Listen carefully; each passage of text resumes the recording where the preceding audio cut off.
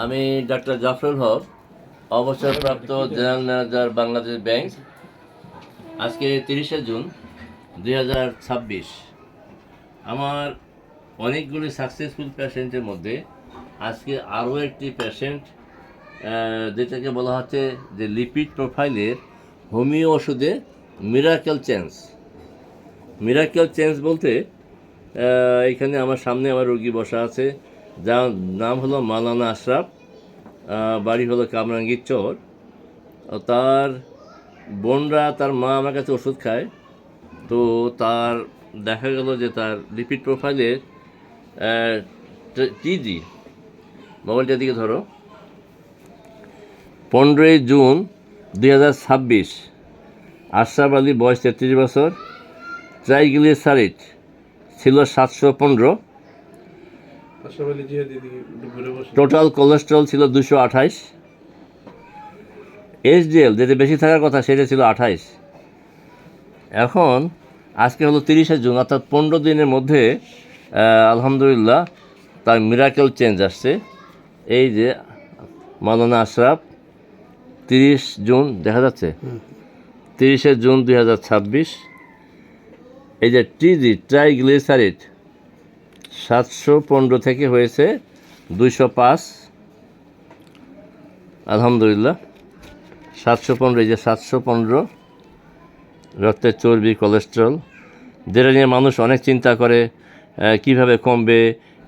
এই খাওয়া দাওয়া বন্ধ, সে নর্মাল খাওয়া ডায়েট করেছে, কোনো ডায়েট কন্ট্রোল করে নেই, নর্মাল লাইফ লিড করেছে, কিন্তু হোমিওপ্যাথিক ওষুধ খুব ঘন ঘন খাওয়াতে আল্লাহর অশেষ রহমতে 15 দিনের মধ্যে তার ট্রাইগ্লিসারিড 715 থেকে এই 205, এবং কোলেস্ট্রল, টোটাল কোলেস্ট্রল 228 ছিল। এই যে 228, 15ই জুন 2026, সেটা হয়েছে হলো 167, আলহামদুলিল্লাহ।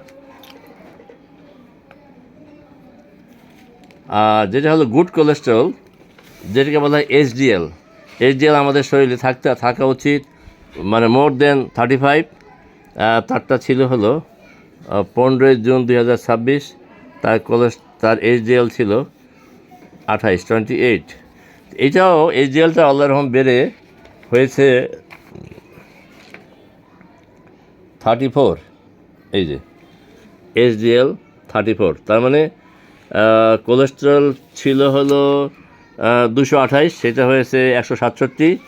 তারপরে ট্রাইগ্লিসারিড 715 থেকে 205, তারপর এইচডিএল কোলেস্ট্রল অর্থাৎ গুড কোলেস্ট্রল 28 থেকে হয়েছে 34, আলহামদুলিল্লাহ।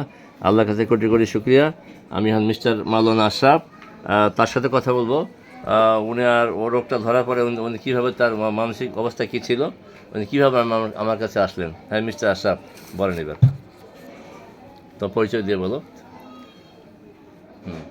আমি মাওলানা আশরাফ আলী জিহাদি, বাড়ি কামরাঙ্গীর চর। এইখানে স্যারের এইখানে আমার আম্মা, বোন, দুলাভাই প্রত্যেকে এইখান থেকে ওষুধ খায়। প্রত্যেকে আলহামদুলিল্লাহ সুস্থর দিকে। আমার আম্মার কিডনি ছিল, কিডনির রোগ, আলহামদুলিল্লাহ এখন মোটামুটি অনেকটা ভালোর দিকে, একেবারে সুস্থই, অনেকটা ভালো কিডনি। আমার দুলাভাইয়ের হার্টের সমস্যা ছিল, আলহামদুলিল্লাহ ডাক্তাররা বলছিল হার্টের রিং পরানোর জন্য। স্যারে এখানে আসার পর থেকে স্যারের ঔষধ লাগাতার খাইছে, খাওয়ার পরে এখন আলহামদুলিল্লাহ রিং তো বসানোর কোনো প্রয়োজনই হয় নাই, আলহামদুলিল্লাহ এখন খুবই সুস্থ। একটু দুলাভাইটা দেখাই, সচরাচর হাঁটাহাঁটি করছে। একটু দুলাভাই দেখাই, তার হার্টের ফাংশনিং ছিল। এই যে মাওলানা মঞ্জুর আহমেদ, এটা অবশ্য ভিডিও আছে, কিন্তু যেহেতু তার দুলাভাই এই বলে কেঁদেও, এটা আমি দেখাচ্ছি যে অনেকে হার্ট যখন এলভিএফ থাকার দরকার মোর দেন 50, কিন্তু তার দুলাভাই ছিল 42%। তো আমার এখানে ওষুধ খাওয়ার পর, এবং তার হার্টের ব্লক ছিল এই যে 90 to 95% ব্লক, এই যে এনজিওগ্রাম রিপোর্ট। তো উনি ফুললি হোমিও চিকিৎসায় 48 থেকে হয়েছিল 42 থেকে 40, এই যে 48% এলভিএফ, 48 থেকে লাস্ট হয়েছে হলো 51%, যেটা তার আপন বোনের জামাই। মাওলানা মঞ্জুর আহমেদ কাসেমি, এই যে হ্যাঁ মৌলানা মঞ্জুর আহমেদ, এটার উপর ভিডিও আছে, কিন্তু ওই তো এই উপলক্ষে দেখা যে তার বোনের দুলাভাই সেটা দেখে সে আসছে। এই যে এলভি সিস্টোলিক LVEF 51%, অর্থাৎ 42% থেকে 51% আসছে ফুললি হোমিও ট্রিটমেন্টে। তো এটা দেখে তার আস্থা আসে, যার ফলে সে আমার কাছে আসে। এবং হ্যাঁ বলো এবার তুমি কীভাবে কী হলো।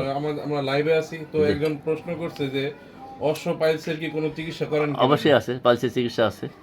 যদি আপনি একটু সংক্ষেপে বলেন যে আপনি আসলে কিসের চিকিৎসা ও করেন, এখানে এক কথায় যদি বলেন। আমার এখানে আমার একটা ইউটিউব চ্যানেল আছে, যেটার নাম হলো ডাক্তার জাফরুল হক। যদি কেউ ঢোকে তাহলে পাওয়া যাবে। সেখানে 174টা ভিডিও আছে, জি, যার মধ্যে মোস্ট অফ দ্য কেস আছে হলো কি বলে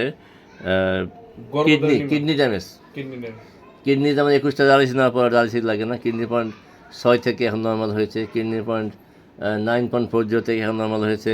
তারপর যাদের বাচ্চা হয় না, যাদের জরায়ুতে টিউমার থাকে, সিস্ট থাকে, অথবা কোনো সমস্যা নেই বাচ্চা হয় না, অথবা কনসিভ করে কিন্তু 7 মাস 8 মাসে এরকম অ্যাবর্শন হয়ে যায়, এই সমস্ত রুগীদের আমার সাকসেসফুল ভিডিও আছে, যেগুলা কেউ এবার নষ্ট হওয়া, বারবার নষ্ট হওয়ার কারণে 17 বছর পর মানে কন্যা সন্তানের জননী হয়েছে, আবার কারো 16 বছর পর, বিয়ের 16 বছর পর সন্তানের জননী হয়েছে। তো এইভাবে আমার গর্ভের উপরে বেশ সাকসেসফুল আছে। তারপর হলো ব্রেন স্ট্রোক, আমার এক রুগী আছে যার নাম ছিল আলামিন, বাড়ি হলো ব্রাহ্মণবাড়িয়া কসবা, যে নিউরো সায়েন্স হাসপাতালে ভর্তি ছিল। 7 দিন পর যার অপারেশনের কথা ছিল, যে মেসিভ হ্যামারেজ, তো 7 লাখ টাকা বাজেট দেওয়া হয়েছিল। তো তার বড় ভাই একটা মসজিদে ইমাম, তো ওই ইমামের খুব ক্লোজ বন্ধু হলো মাওলানা গিয়াসউদ্দিন। গিয়াসউদ্দিনের কাছে আলোচনা করার পর বলছে আমার স্যার আছে, একটু দেখো দিই খাইয়া কী হয়।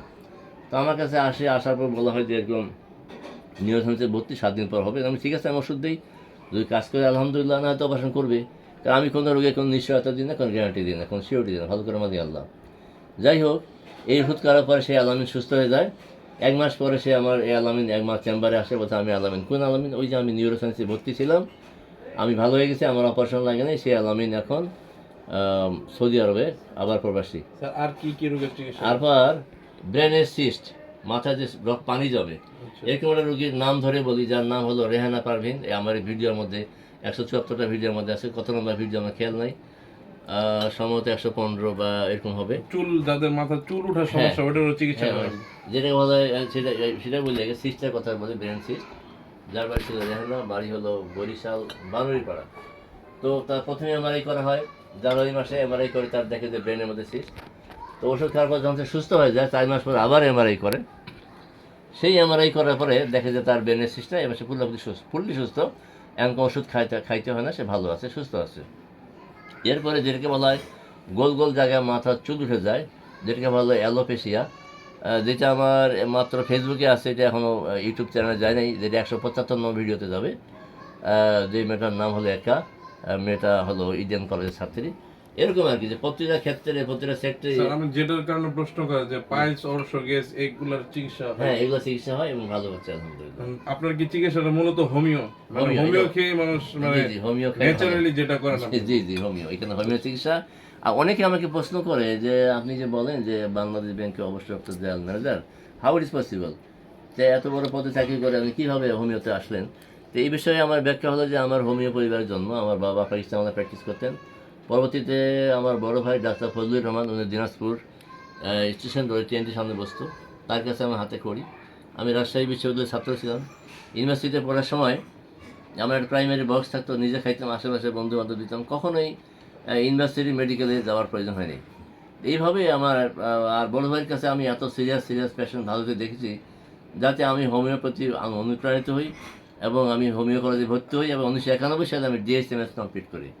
আলহামদুলিল্লাহ। হ্যাঁ, তো এইভাবে আর কি। আপনার তো ব্যাকগ্রাউন্ড জাম দেখলাম যে আপনার তো টাকা পয়সার অভাব ছিল না, তো আপনি হোমিও লাইনে আসার কারণ কি? এটা কি নিছক কোনো ব্যবসা, মানে নাকি মানুষের সেবার জন্য? এটা সেবা তো আছে, আর এটা আমার নেশা। আচ্ছা আচ্ছা। যে আমার বাবা যেহেতু করেছে, আমার ভাই করেছে, মানুষ যাতে সলিড চিকিৎসাটা পায়। হয়, যেমন ধরেন যে কতজনের এই যে বাচ্চা হচ্ছে না, সংসার নষ্ট হয়ে যাচ্ছে, ইভেন কি আমার কাছে লিভার সিরোসিস পেশেন্ট ভালো হয়েছে, সেই রেকর্ড আছে, আপনি আমার ভিডিওতে ঢুকলেই দেখবেন। লিভার সিরোসিস, যার নাম ছিল ডাক্তার সুবহান, বাড়ি হলো বেতাগি। ওনার শরীরে পুরো পানি এসে গেছিলো এবং পেটে পানি এসে গেছে, উনি মারা গেলে কোথায় কবর দেবে সে নির্ধারণ করা হয়েছিল। সেই পেশেন্ট কিন্তু এখন সুস্থ আছে, ভালো আছে। এই ভিডিও নাম্বারটা কত দেখো তো সুবহান? 136 বা 37 সাল ক্যান্সার। আবার এমনও পেশেন্ট আছে যে 5টা কেমোথেরাপি নিয়ে শয্যাশায়ী, আর রোগী চলতে পারে না। সেই পেশেন্ট আমার ওষুধের ওসিলে আল্লাহ রহম এখন কেমো সারে 1.5 বছর ভালো আছে। এবং তাকে বলা হয়েছিল যে যেহেতু সে কেমন হয়েছে, তার মাকে বলা হয়েছিল সে কোনোদিন মা হইতে পারবে না। সেই পেশেন্ট এখন 8 মাসের গর্ভবতী, আলহামদুলিল্লাহ। তো কেমোথেরাপি নেওয়ার পরেও যে রুগী এখন সে সুস্থ আছে। এরকম আরও অনেক রুগী আছে যাদেরকে কেমোথেরাপি দেওয়ার জন্য অ্যাডভাইস করা হয়েছিল, সে কেমোথেরাপি না নিয়ে ভালো আছে। সেগুলোই ওইটা বোধহয় 115 নম্বর ভিডিওতে আছে। এরকম আমার প্রত্যেকটা মোটামুটি আমি প্রত্যেকটা সেক্টরে দর্শক আজকে পর্যন্তই আমরা আশরাফ আলী ভাইয়ের জিনিসটা শেষ করব এখন। হ্যাঁ আচ্ছা, বলো এবার তুমি কিভাবে আসলা?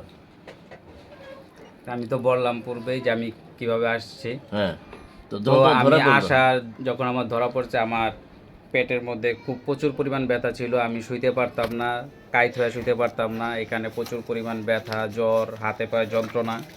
যাক আলহামদুলিল্লাহ, স্যারের ওষুধ লাগাতার খাওয়ার কারণে আলহামদুলিল্লাহ এখন আমি বেটার ফিল করতেছি। ঘন্টায় ঘন্টায় ওষুধ খাইছো না? কিভাবে খাইছো বলো? আমি প্রত্যেক দিন আধা ঘন্টা পর পর, তারপর 1 ঘন্টা পর পর এরকম পর্যায়ক্রমে ওষুধ খাওয়া হয়েছে। এবং স্যারের এখানে বসায় রাখা উনি স্বয়ং নিজে ওষুধ খাওয়াইছে।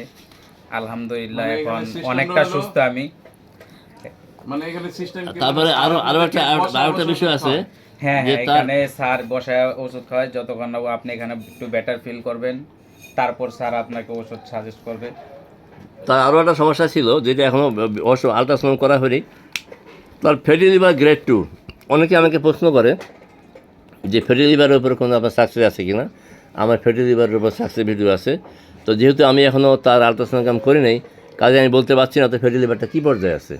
হয়তো আমি আশা করছি যে উইথিন 15 ডেজ তার আমি একটা আলট্রাসাউন্ড কাম করব। তার ফ্যাটি লিভার যদি গ্রেড 2 থেকে গ্রেড 1 বা ভালো হয়ে যায়, তো সেটার উপর একটা ভিডিও থাকবে, কারণ আমার অন্য রুগী ভালো হওয়ার রেকর্ড আছে। তো সে আশরাফ আলীরও একটা ভিডিও হবে। তারপরে তার আরও সমস্যা ধরা পড়ছে, যে ইউরিনের মধ্যে সমস্যা ধরা পড়ছে। সেটা হলো ইউরিনের প্রোটিন। এই যে ইউরিনের প্রোটিন আছে, অ্যালবুমিন প্রোটিন ট্রেস ছিল। এই প্রোটিনটাও আমি আশা করি যে ভালো হয়ে যাবে ইনশাল্লাহ। যখন ভালো হবে তখন আমি এটার উপর ভিডিও দেবো। তো ধন্যবাদ। ভিডিও অনেক বড় হয়ে যাচ্ছে, তো আমি সবার সুস্থতা কামনা করে আমার জন্য দোয়া চেয়ে, আমার ওস্তাদ বড় ভাই ডাক্তার ফজলুর রহমান, তার জন্য দোয়া চেয়ে আমি এখানে শেষ করছি। আসসালামু আলাইকুম ওয়া রাহমাতুল্লাহি ওয়া বারাকাতুহু।